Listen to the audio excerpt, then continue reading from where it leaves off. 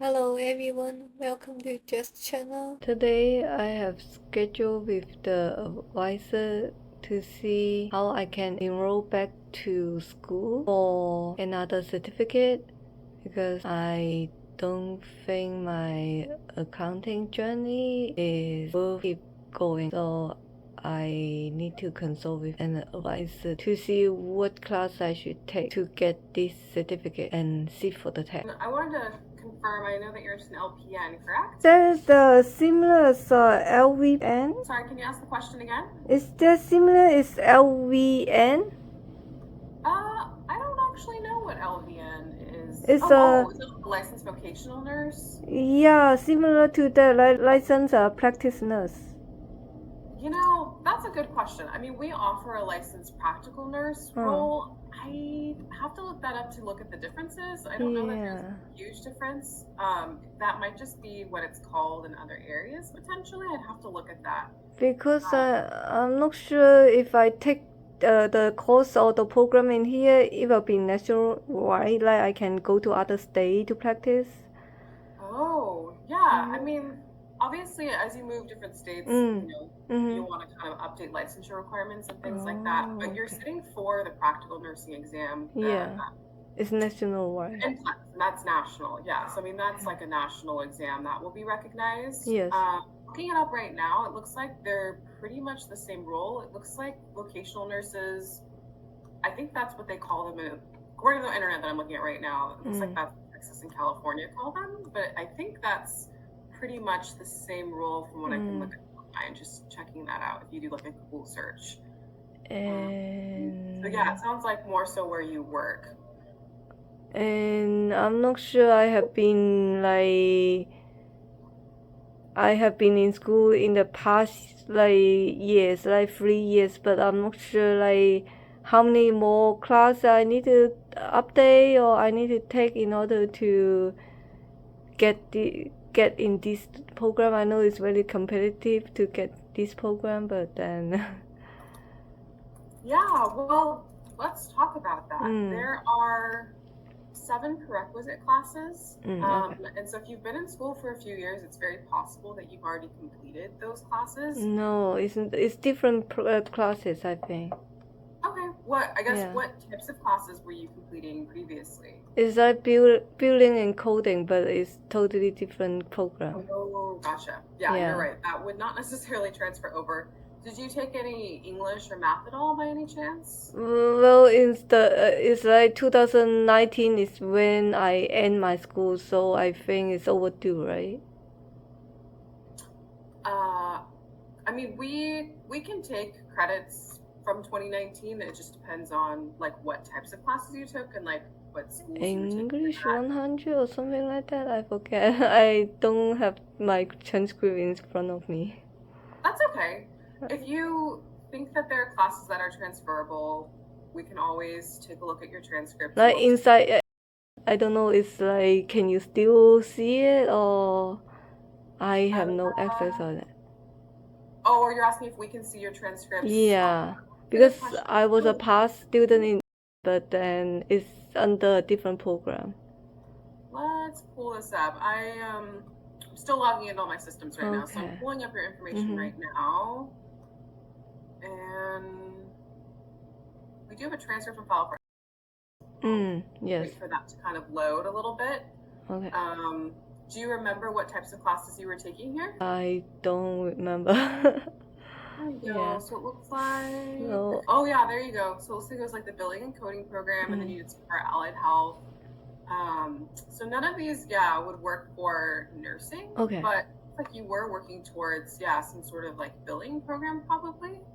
So I have to take everything or what? I mean. Yeah. So you basically, to start. Yeah. And I can send this to you via email as like a recap. Okay.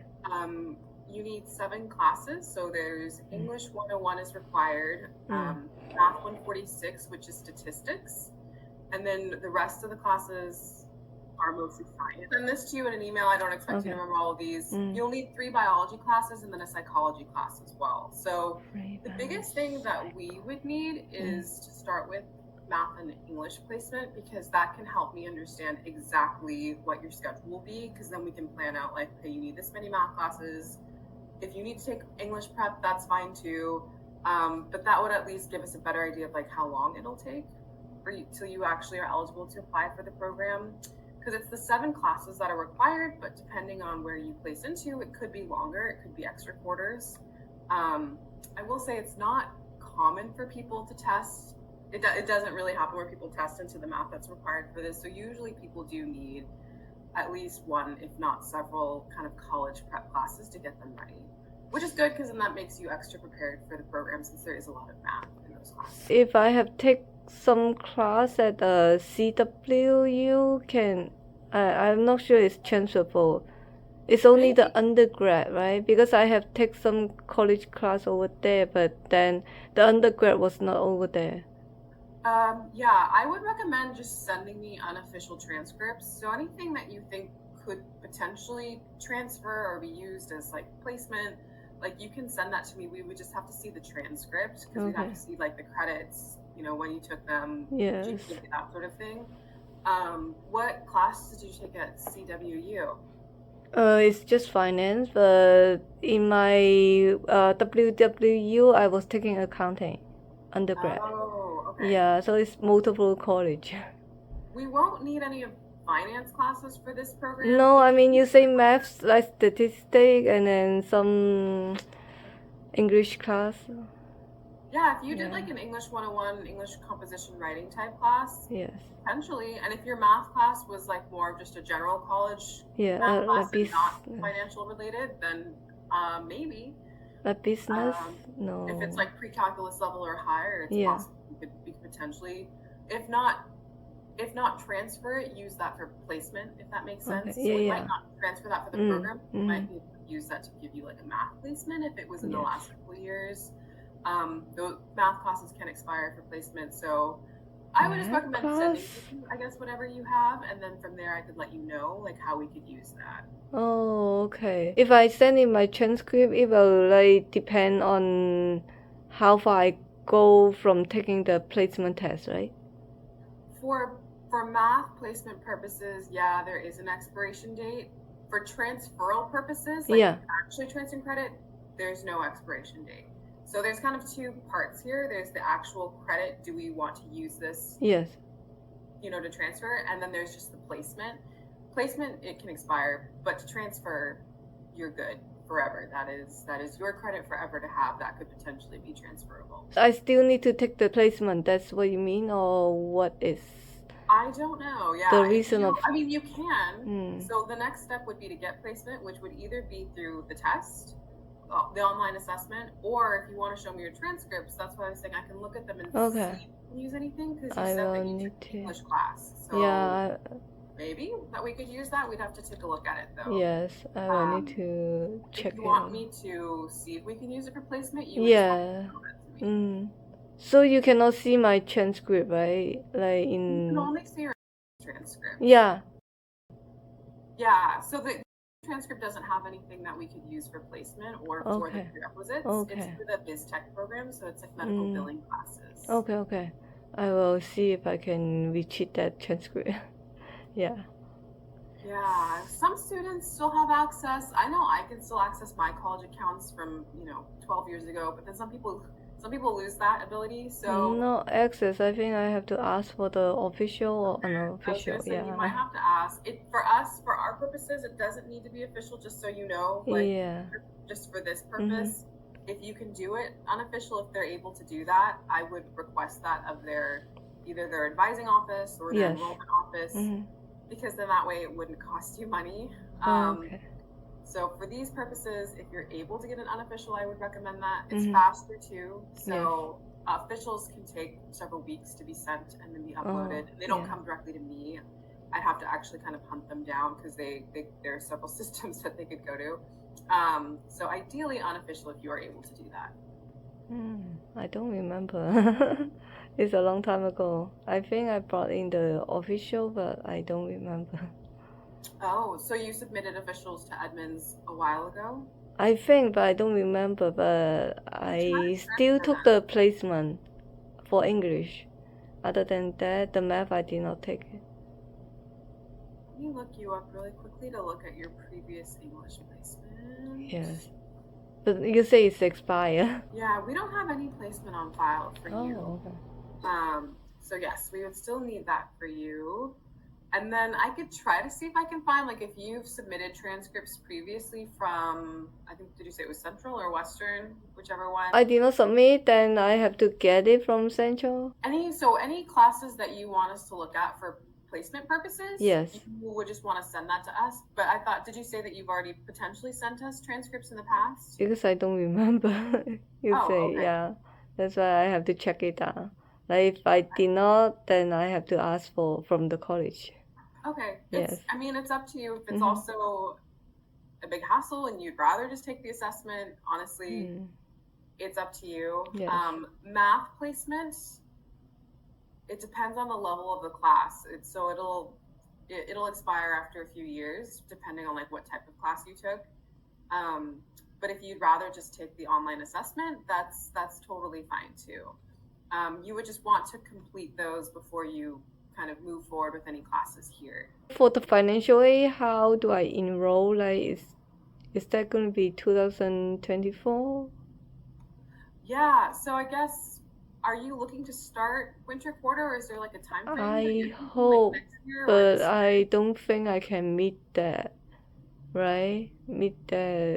Well, we're past the deadline for financial aid for winter quarter, which starts January 2nd. Okay. So we wouldn't be able to promise you any sort of aid eligibility for winter. Spring quarter, there's definitely time though. That's April. So, I think, is it 1st or 2nd? We're right around April 1st or 2nd is the start of spring quarter. So if you're wanting to wait for you can actually like meet financial aid deadlines, then I would say that would work for you. Wait, the financial is not by year, it's by quarter? So it is by year. So you would apply for the 2023-2024 financial aid form, whichever one's better for you. Yes. There's the FAFSA, and there's the WAFSA. What's the difference? So the WAFSA is going to be very similar. It is the Washington Applications for State Financial Aid. It's specifically for any student that maybe doesn't have a degree. I was going to say like citizenship eligibility or things like that. The FAFSA is for anybody that has like U.S. residency. Oh, I see. Okay. Either way, anybody can apply for one or the other. The FAFSA is going to be like federal financial aid. Yes. And they do it for the year. So it'd be 2023 to 2024 would be this school year. But each school has their own deadlines because we have to be able to process it. So our deadline for winter quarter was November 15th. But we have a spring quarter after winter that you could qualify for if you wanted to apply now. I would recommend probably applying now for that quarter. And that should give you enough time to get like a financial aid award and let you know what the cost would be. Otherwise, it's very possible if you started for winter, it could be out of pocket. So any financial aid for summer? Yeah, we offer it for fall, winter, spring, and summer. And what is the summer considered? It's 2023? Summer is actually next year, I believe. So summer starts the new school year. Oh, I thought it starts the September. But no, summer will start the new year. So you would complete another FAFSA in the spring for summer. And that would be for the 2024 school year. Okay. I will send my transcript to you and then you see and then you will discuss further like my enrollment eligibility, right? Yeah, I would say feel free to send me your transcripts. We'll let you know what types of placement, if any, we can give from those, or if any of that credit's transferable, like the English, excuse me.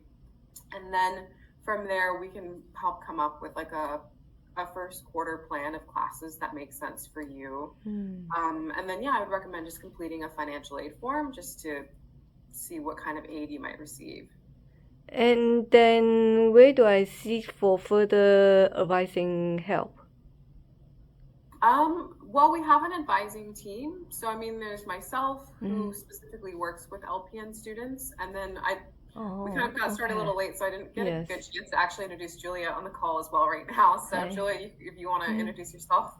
That was probably a good time to let her know who you are. I realized I forgot to do that. No, it's all good. I'm Julia Erickson. I am the nursing program navigator here at college.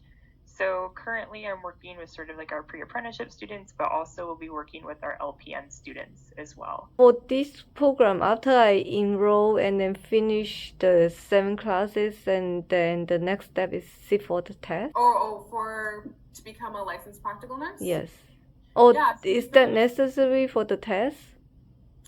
So basically, yeah, you would complete the prerequisites and then you apply to the program. So you would basically be pre-LPN, pre-nursing, and then you would do the formal application process for our licensed practical nursing program. And then at the end of completing our program, that's when you would sit for that NCLEX exam, that national exam. Where do you apply, or where do you schedule that exam? I actually do not know. So once you guys start the program, I'm actually pretty hands-off. You work really closely with Kyra McCoy. And at this point, moving forward, probably will be Julia as well in the future if you end up kind of sticking with our program. So I honestly am not really sure. I could look that up, but I mean, that would probably be years down the road. So we would have plenty of time to figure that out, but I can look at the website to see if there's anything specific. Because I am more worried about the test later on.